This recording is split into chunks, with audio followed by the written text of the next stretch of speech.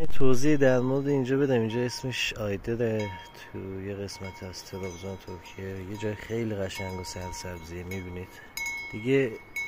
استودیو اینجا چیزا ازش میذارم، چیزی نمیگم، فقط به خاطر اینکه منظره رو بهتون نشون بدم. دیگه گفتم این دفعه بهتون میگم. اینجا یه منطقه توریستی 2 ماه اینجا گرما داره که تو همین 2 ماه واقعا جای سرسبز و خوشگل دیگه. به خصوص این یه تیکه میان عکس میگیرن و فیلم میگیرن، ارزش شدار واقعا. آدم بیاد تو همچین بهشتی بشینه یه 10-15 دقیقه واسه خودش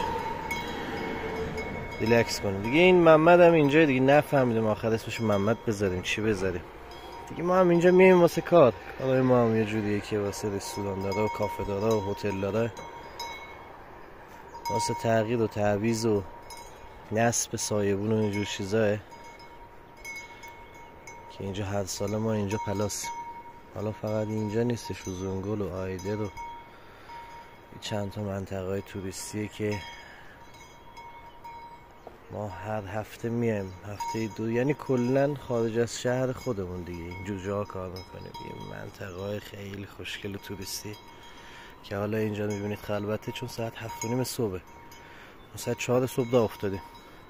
اینجا 2 ساعت دیگه قلقله میشه که حالا اگه وقت کردم کار نداشتم حتما فیلم میگیرم میفرستم که ببینید چه جای قشنگی و چقدر طلبه داره. مخصوصا این محمد که از ساعت 5 صبح میاد ولگردی،